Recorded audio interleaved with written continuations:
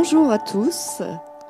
Merci à la cantine de nous accueillir aujourd'hui. Alors moi, aujourd'hui, je vais vous raconter des histoires. Je vais commencer par une petite histoire à propos d'une entreprise qui s'appelle Onclusive. Peut-être que certains d'entre vous ont entendu parler de cette entreprise, Onclusive. Non ? Je vais vous raconter son histoire. Onclusive, c'est une entreprise parisienne, à Courbevoie. Et c'est une entreprise qui fait de la veille média et des relations presse. Elle compte environ 450 salariés, pratiquement que des cols blancs, des écoles de journalistes, des Sciences Po, des gens majoritairement très diplômés, Bac+5 en général. Et alors pourquoi je vous raconte cette histoire? Parce qu'Onclusive, en septembre 2023, a fait la une des journaux parce qu'elle a annoncé un plan de licenciement. Sur les 450 salariés que compte l'entreprise, le DG, donc Onclusive, j'ai oublié de le préciser, Onclusive appartient à un fonds d'investissement américain. Le DG de cette entreprise, donc, voyant les progrès fulgurants de ChatGPT, s'est dit « Mais pourquoi je ne mettrais pas en place de l'intelligence artificielle dans ma boîte ?» avec à la clé des gains de productivité et bien sûr des économies de masse salariale. Onclusive a donc décidé d'un premier plan de licenciement en septembre 2023 qui concernait 250 salariés sur les 450 salariés que compte l'entreprise. Ça a fait la une des journaux. Ça a été l'objet de nombreuses critiques de la part des salariés, des syndicats, mais aussi de certains membres politiques qui se sont interrogés à ce moment-là sur la déferlante intelligence artificielle qui arrivait dans le monde de l'entreprise. Aujourd'hui, les licenciements sont toujours en cours. Et pourquoi je vous raconte cette histoire? Parce qu'on a pris conscience, avec ce premier plan de licenciement en France qui avait pour cause l'intelligence artificielle, que désormais, elle pouvait revêtir un caractère très concret, avoir un impact sur les volumes d'emploi, sur la nature des métiers et sur tout le champ du travail. Là, c'était dans les services. Et nous, aujourd'hui, on va vous parler de l'impact de l'intelligence artificielle dans le secteur de l'industrie. Je vais donc laisser la parole à Romain, qui va vous présenter notre cadre d'intervention. Merci Pamela, bonjour à toutes, bonjour à tous. Alors quand on dit nous, on va se représenter rapidement. Donc nous, c'est le coup d'après. On est un collectif de prospective créative et de design fiction. Qu'est-ce que ça veut dire? Concrètement, on essaye d'aider nos clients à explorer les futurs. Donc imaginer quels pourraient être différents scénarios, dans l'objectif de les mettre en débat, d'en discuter. Quels sont les futurs qui nous parlent moins? Est-ce qu'ils sont pertinents ou pas? Et puis choisir vers où est-ce qu'on veut aller et voir ce qu'on met en place, comment est-ce qu'on expérimente des choses pour se rapprocher de ce futur-là. Alors aujourd'hui sur scène, vous avez les 3/4 de l'équipe. Donc Pamela, que vous avez déjà entendu, qui est plutôt spécialiste des questions RH, de rapport au travail. Mathieu, qui est expert des pratiques de design. Et puis moi-même, qui travaille plutôt sur la notion d'imaginaire. Donc essayer de comprendre comment les imaginaires sont construits et comment est-ce qu'on pourrait en proposer de nouveaux. Et puis Vincent, qui n'est pas avec nous aujourd'hui, qui est notre designer en chef, qui concrétise ce qu'on imagine comme scénario. Et on voulait rapidement vous présenter la manière dont on travaille, dont on approche les futurs. On a trois manières d'approcher le futur qui nous paraissent, de notre point de vue, importantes à avoir pour avoir une vision la plus globale possible. Donc on a une approche qu'on va appeler rationnelle. On va dire que c'est la prospective classique. Il y a une école française de la prospective. Pour ceux qui ne connaîtraient pas, la prospective en France est née avec Gaston Berger. Ça a donné lieu à la planification. Il y a toujours aujourd'hui un commissariat au plan. L'idée, c'est d'essayer d'imaginer quelles sont les trajectoires, regarder quelles sont les tendances et quelles sont les trajectoires, comment peuvent évoluer les situations. On va explorer le passé pour ça aussi. On a une seconde approche qui va être plus critique, où on va essayer de remettre en question les usages, les manières d'aborder les sujets. Est-ce qu'il y a des angles morts? Est-ce qu'il y a des choses qu'on ne veut pas voir? Est-ce qu'on a des biais dans nos manières d'approcher le futur? Et puis d'essayer d'avoir un point de vue assez large, pas être uniquement humain-centré, mais de prendre en compte les non-humains, les écosystèmes, d'avoir un champ de vision un peu plus large. Et puis notre troisième approche, elle va être sensible, parce que quand on parle de futur, ça veut dire qu'il va falloir se mettre en action, Et donc, pour se mettre en action, c'est bien aussi d'avoir un aspect émotionnel, parce que c'est les émotions qui nous font agir, qui nous font bouger. Et donc, cette approche sensible, elle va nous permettre de laisser de la place à la créativité, aux imaginaires, pour raconter les futurs, pour les mettre en images, pour les mettre en fiction. Et je vais laisser la parole à Mathieu, qui va vous parler de notre sujet plus dans le détail pour aujourd'hui. Merci Romain. Bonjour à toutes et tous. Et donc on va parler aujourd'hui, Pamela l'introduisait, sur l'industrie. Et plus spécifiquement, on va parler du rôle de l'opérateur. Dans l'industrie, si vous connaissez un peu le secteur, il y a tout un tas de rôles, il y a tout un tas d'activités qui permettent au final de sortir un produit ou un service. Et on a voulu s'intéresser sur les métiers avec la composante la plus manuelle possible, ces métiers de l'opérateur, et voir comment ces métiers qui avaient subi, comme l'introduit Valéria, l'automatisation, la robotisation, comment est-ce qu'ils peuvent évoluer demain avec l'intelligence artificielle. Alors, quelle intelligence artificielle? Au démarrage, on s'était dit, au début de ce travail, parce qu'on vous présente maintenant un travail qui est le résultat d'une étude, au début de cette étude, on s'est dit ça va être l'intelligence artificielle générale avec un petit focus sur l'intelligence artificielle générative. Mais en fait, on n'a pas trouvé grand-chose. Dans les interviews, en allant sur le terrain, en discutant avec les industriels, la partie intelligence artificielle un peu plus, comme le machine learning, la vision par ordinateur, ce genre de choses, il n'y a pas eu de remontée à travers cette étude et tout le monde a focalisé sur l'intelligence artificielle générative. Et donc, on va focaliser là-dessus ce matin avec vous. Si on essaie de détailler un petit peu dans l'intelligence artificielle générative les différentes couches qu'il peut y avoir pour proposer un service tel que ChatGPT, que j'imagine la majorité d'entre vous utilisent ou ont utilisé, en tout cas ont testé. On a la couche au-dessus, la couche applicative, et puis en dessous, ce qu'on appelle les modèles de fondation, de type les modèles comme GPT, les infrastructures techniques, et puis les puces, donc l'élément matériel. Et là, dans cette étude, on s'est focalisé sur l'intelligence artificielle générative et sur la couche applicative, donc on ne va absolument pas parler d'éléments qui sont techniques. Si on résume un peu les 6 grands cas d'usage génériques de cette intelligence artificielle générative, pour remettre un peu tout le monde au niveau, ça va permettre de rédiger du contenu, d'analyser des données, de synthétiser ou d'expliciter du contenu, d'avoir plus de détails, ou de résumer des éléments. Ça peut également être une aide à la créativité, pour générer des idées ou des concepts. Ça permet de rechercher des informations et d'automatiser certaines tâches ou de coder. Voilà un peu les grands cas d'usage de l'intelligence artificielle générative. Et la question qu'on se pose, du coup, c'est de savoir si ces métiers ils vont disparaître ou est-ce qu'ils vont ressortir plus forts. On s'est posé la question parce qu'on s'est dit qu'historiquement, avec l'automatisation, la robotisation, l'industrie, c'était un secteur où les emplois avaient été impactés fortement. Alors, en plus, on a rajouté par-dessus des couches d'externalisation, d'exportation. Mais on s'est dit que c'était pertinent aujourd'hui de se dire est-ce que l'IA, pour des métiers opératifs, manuels, va avoir un impact ou pas?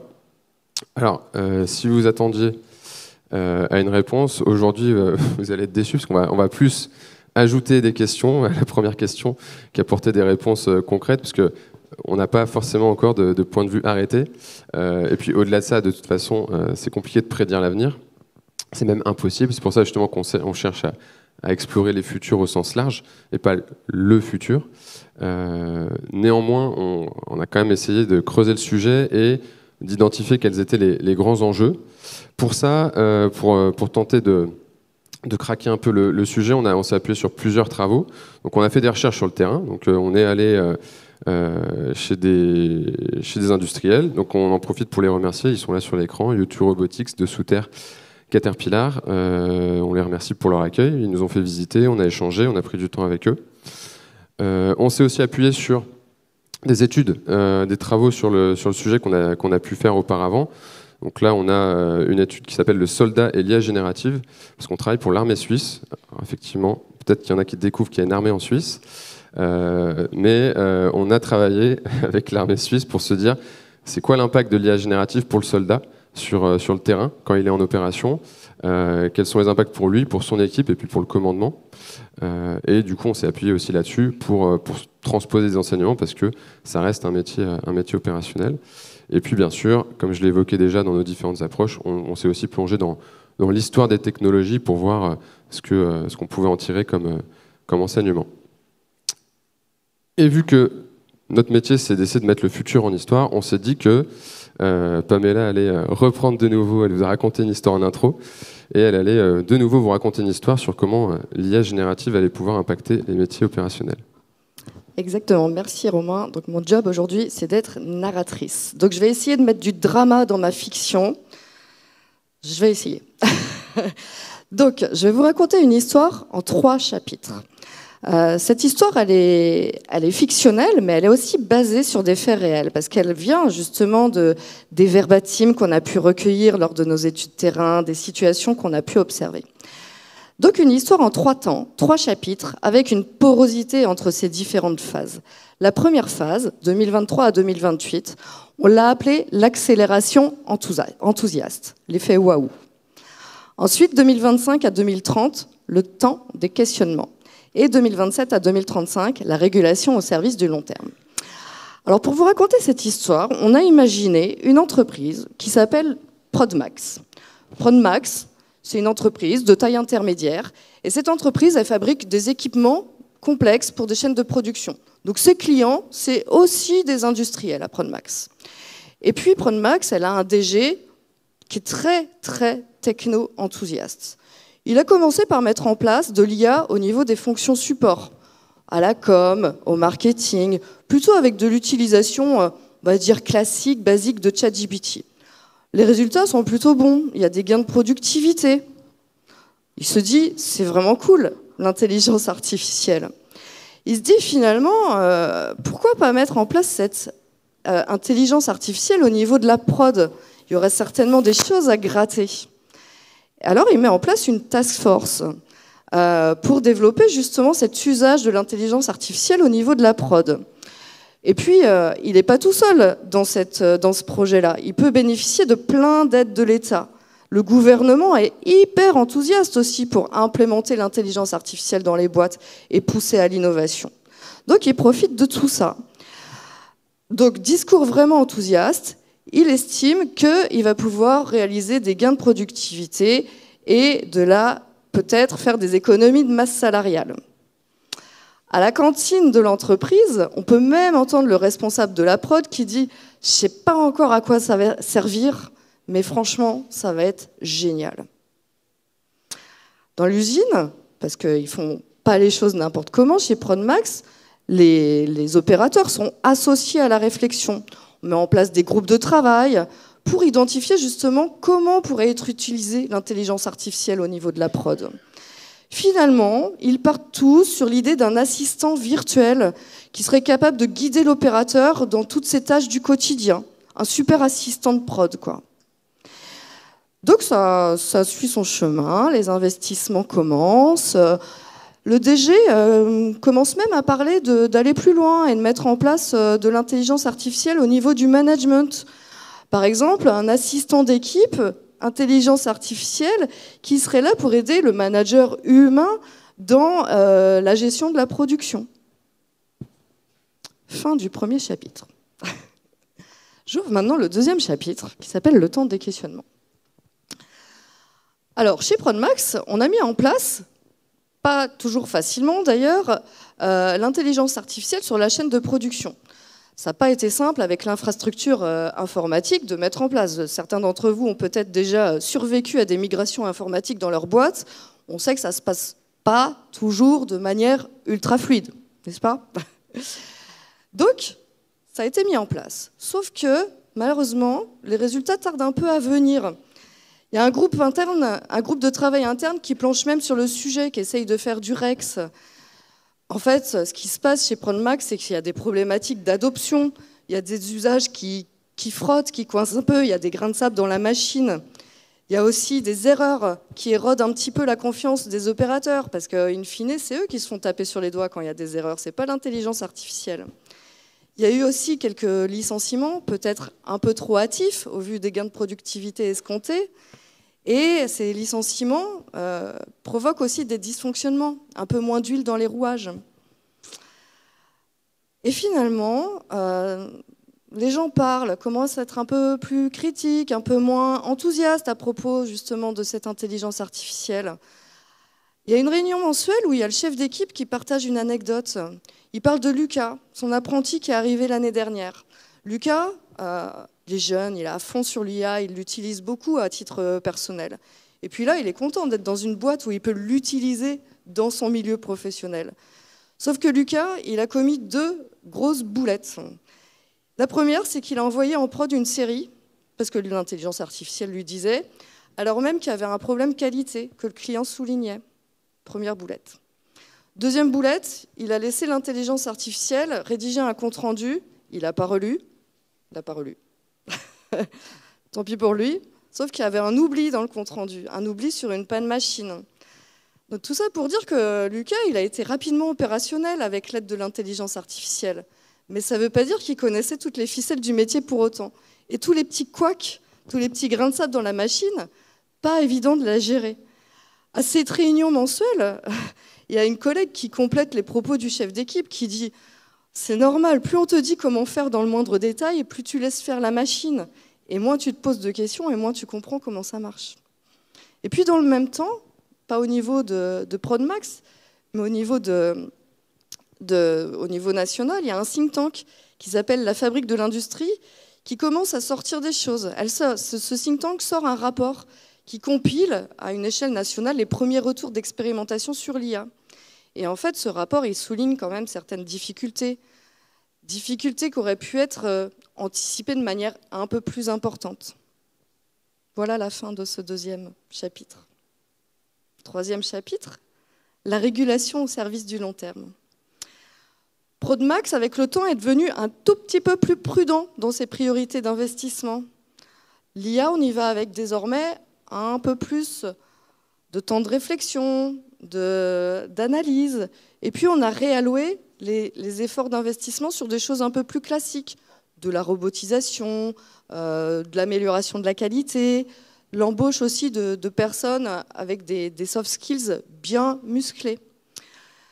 Et puis, en septembre 2027, l'IA est toujours là chez Prodmax, lors d'un entretien de recrutement, il y a un candidat pour être opérateur industriel, qui visite le site de production et puis qui déclare « Ah non, mais moi, si la machine me dit tout le temps ce que je dois faire, ça ne me va pas, ça ne m'intéresse pas, je ne prends pas le job. » Là, ça fait cogiter quand même la direction de Prodmax.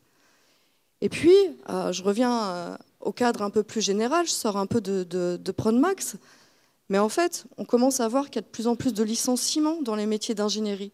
Pas des gros plans de licenciement, mais des grappes de salariés qui s'en vont progressivement sous le coup de gains de productivité escomptés.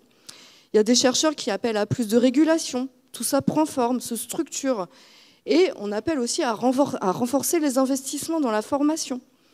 Finalement, il y a un désintérêt qui s'installe pour certains métiers où l'intelligence artificielle a grignoté l'autonomie des salariés, alors que certains métiers opérationnels de niche, à qui on a laissé une grande autonomie, regagnent en intérêt. C'est ça finalement qui crée une ligne de démarcation entre les différents jobs. Il y a aussi eu de nombreuses expérimentations et les entreprises arrivent globalement à une forme de maturité. Dans certaines configurations, l'apport de l'IA est clairement positif. L'humain est positivement augmenté par l'intelligence artificielle, par la machine. Ça permet d'apprendre des choses plus rapidement, ça permet d'être plus polyvalent, ça permet d'accroître son spectre de compétences. Par contre, pour d'autres, c'est un peu plus compliqué. On a l'impression que l'intérêt au travail s'érode. Finalement, après l'enthousiasme BA et puis le dépassement des critiques, il y a un certain équilibre qui s'installe et qui se construit autour de ses succès et autour de ses échecs. Au niveau national, il y a même une division spéciale intelligence artificielle qui se crée au niveau de l'inspection du travail. Désormais, l'intelligence artificielle est un peu mieux cadrée au niveau national. Fin du 3e chapitre. Et je laisse la parole à mes collègues pour prendre un petit peu de recul par rapport à cette histoire. Merci Pamela.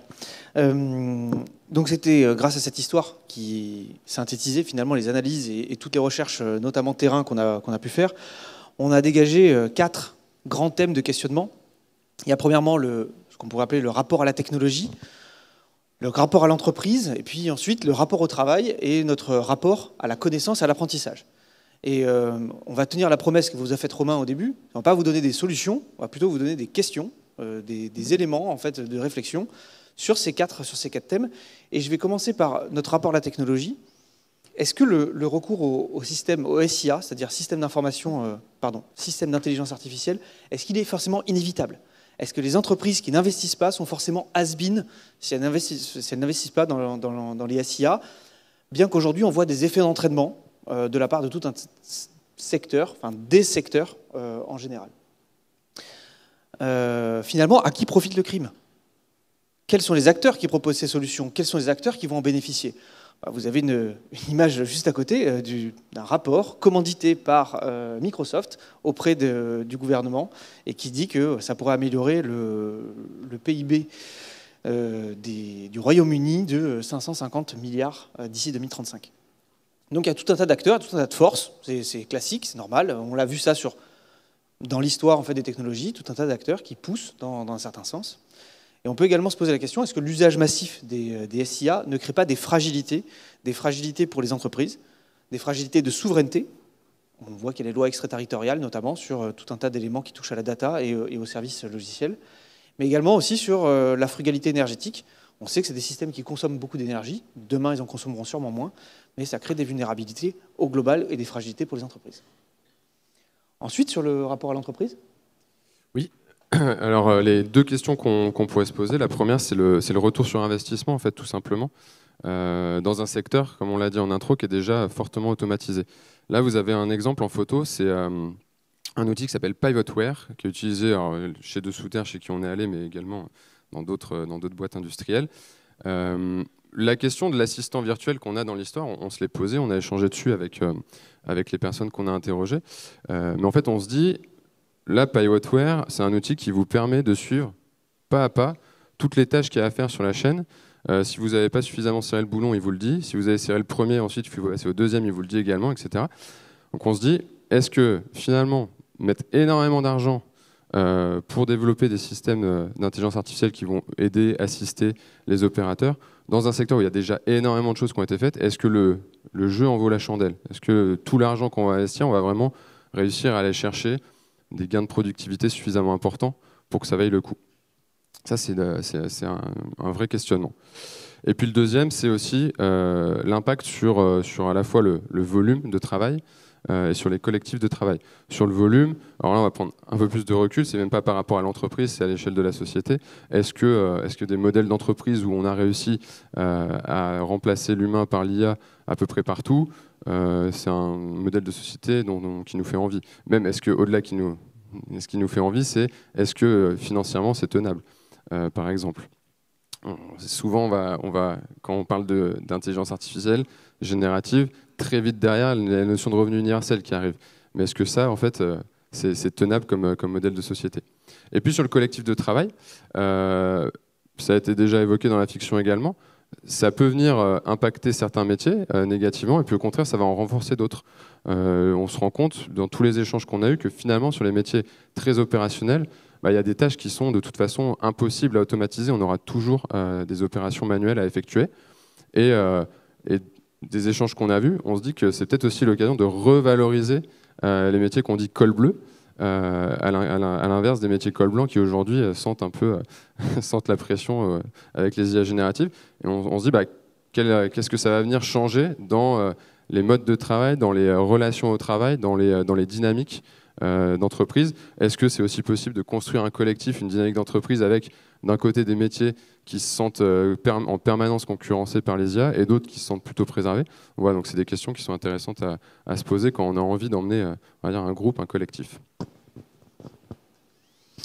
En ce qui concerne ensuite notre rapport au travail, et pour poursuivre sur les réflexions qu'a amorcé Romain, est-ce que l'IA est un outil compagnon ou un outil concurrent? Il y a une mission qui a été notamment soutenue par le gouvernement qui s'appelle Laboria, qui a été faite avec des sociologues, des anthropologues et qui creuse assez bien cette notion et qui parle d'une dissonance cognitive en fait, chez l'opérateur quand on a à la fois un élément qui nous aide et qui aussi détruit la valeur du travail qu'on est en train de faire.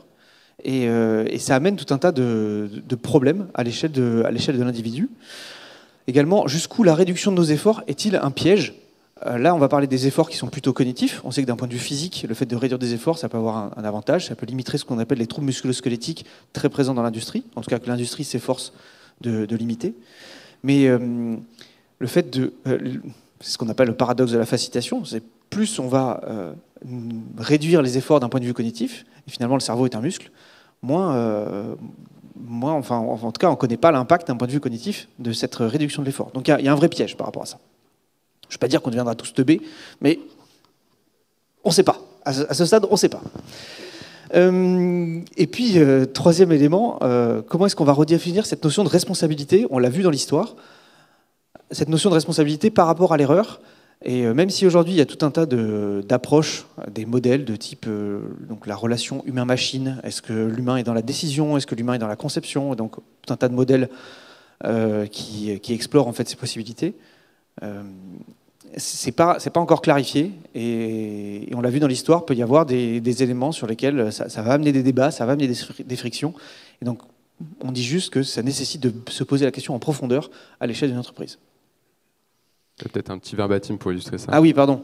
Et si c'est la machine qui t'a dit de faire de telle manière et qu'il y a une erreur, tu vas te décharger dessus, et la décharge, elle va être énorme. Donc ça a été capté sur le terrain. Et puis le dernier aspect, c'est le rapport à la connaissance et à l'apprentissage. Ça c'est un sujet qu'on a déjà abordé, mais il y a une vraie question sur est-ce que l'usage des intelligences artificielles génératives vont plutôt élargir un aspect de compétences ou au contraire le diminuer sur la durée. Est-ce que ça va être l'occasion de devenir des humains augmentés, de délaisser certaines tâches et puis d'aller en développer de nouvelles? Ou à l'inverse, au contraire, ça va prendre en main la plupart de ce qu'on sait faire, et quel est l'impact sur à la fois la valorisation de soi, l'estime de soi au travail. Si tout ce que je fais, en fait, je suis assisté pour le faire, est-ce que finalement, vraiment, j'ai le sentiment que ça a de la valeur? Et puis également l'intérêt du métier. Est-ce que ça reste intéressant si en permanence je suis assisté? Je vais faire un petit parallèle qui me vient là à l'instant, mais avec les enfants, c'est un peu pareil. Moi, j'ai un fils, quand il a commencé à faire du vélo, si je le poussais en permanence, ça le saoulait, il avait envie de faire tout seul. Donc voilà, c'est un peu l'image. Et puis la dernière question, c'est l'impact des SIA sur notre rapport à l'erreur. On l'a vu aussi dans la fiction, hein, c'est si je fais appel en permanence à une IA, est-ce que finalement, et que je me trompe jamais du coup, finalement comment est-ce que va se transformer le processus d'apprentissage? Aujourd'hui, très clairement, toutes les études montrent que l'erreur est une manière d'apprendre, enfin l'erreur est indispensable pour apprendre. Finalement, si on se trompe plus jamais, quel va être l'impact sur nos processus d'apprentissage? Est-ce qu'on va mieux apprendre ou pas, enfin moins bien apprendre, moins bien mémoriser? Donc c'est que des questions qu'on peut se poser. Et puis on les a illustrées par quelques verbatims de terrain aussi sur ce rapport à l'erreur. Donc tu retiens pas parce que tu sais qu'à chaque fois tu peux demander. Alors que dans la vraie vie, si tu fais 3-4 fois la même erreur, tu apprends et tu refais pas. Et puis la dernière qui nous a paru intéressante, qui est un peu en lien aussi avec ce rapport à la connaissance, c'est un retour qui nous a été fait d'un opérateur, c'est si tu me demandes de l'aide à moi plutôt qu'à une machine, ça me pousse à avoir une conviction.